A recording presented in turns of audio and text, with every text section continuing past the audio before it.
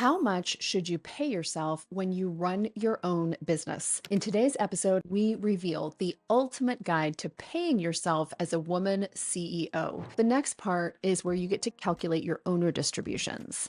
So, one of the biggest benefits of owning a business is that you get to take owner distributions. And I really see owner distributions as payback for all the income you may not have taken as you were building your business. But also remember that in a capitalist society, capital, money, is a tool that we use to create growth. And in general, capital is rewarded more generously than labor in a capitalist society, right? Because the idea is that you take the money you have and you risk it to get more. And what we will typically see using capital to make more money in a capitalist society, capital gets the bigger rewards. I could get into this. You may like it or not like it. I'm just kind of pointing out, the bigger picture here and how it works. So as a business owner, you are also compensated based on the capital that you put at risk and what we often look at as owner distributions. And so this is where you get to decide how much, in addition to your base salary, you're going to take on a monthly, quarterly, or annual basis over and above that base salary. Now,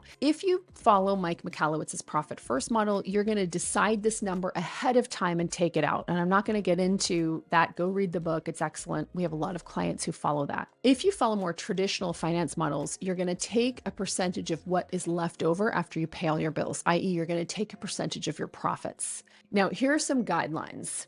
We have seen people take anywhere to from 3%, 5%, or 10% right off the top of their monthly, quarterly, or quarterly gross earnings, right? So if they made $100,000 in Q2, they might take 10,000 right off the top and put it right into owner distributions. Right? That's an example. So that's one example. People just take a percentage right off the top, and we've seen 3%, 5%, 10%. Then another way to look at this is they just put their profits into a special account, and then each quarter they're going to take a percentage of those. And we've seen anywhere from 5% to 80%. So entrepreneurs are taking anywhere from 5 to 80% of those profits that they've banked, and they're doing that on a quarterly basis. So as you can see, you can basically take as much as you want. And as the amount you take goes up, make sure that you're consulting with tax professionals to ensure you're optimizing on how that money is taken out of your company.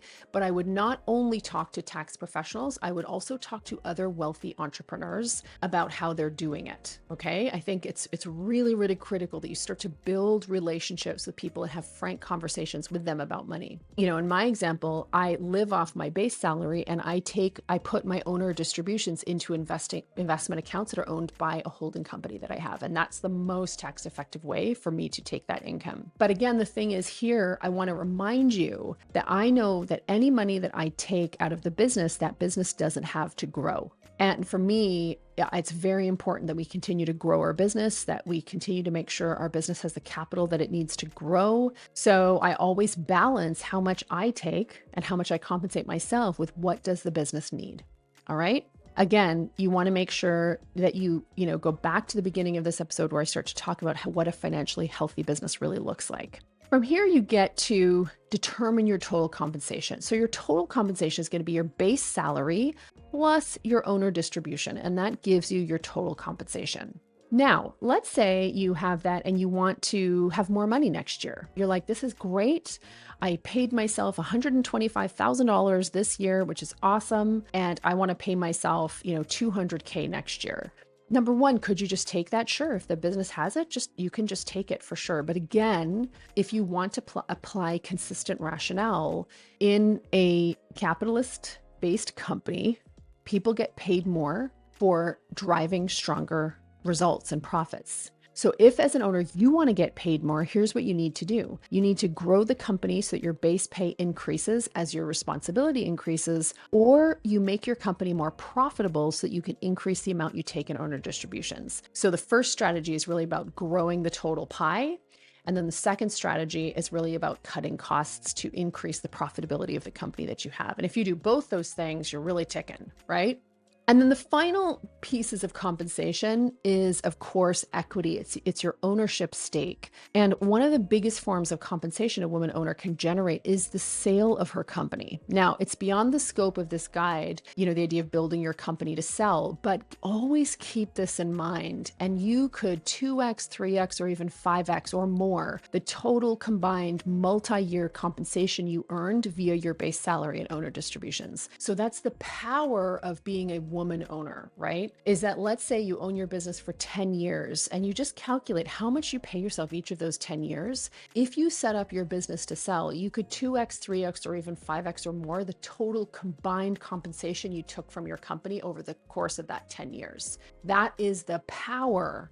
That is the power of ownership. To sum up, my goal with this episode was not to paint you a super black and white picture of exactly how much to pay yourself. Rather, it was to equip you with some timeless principles to help you think critically about your own compensation. I really hope this was helpful. If you have any questions, hit me up on social. You can find me on LinkedIn, on Instagram at Eleanor Beaton. Subscribe to the woman-owned newsletter, safimedia.co/newsletter, where you can get the actual guide and you can see a breakdown of 15 women entrepreneurs and how much they paid themselves, how much money their companies make, and how they take that income, plus tons more additional resources, case studies, all that good stuff. The woman-owned newsletter is the world's only newsletter focused exclusively on women scaling from 200K to 2 million plus. Thank you so much for being here. I really appreciate you. Hope you got a lot out of this episode, and we will see you back here next week.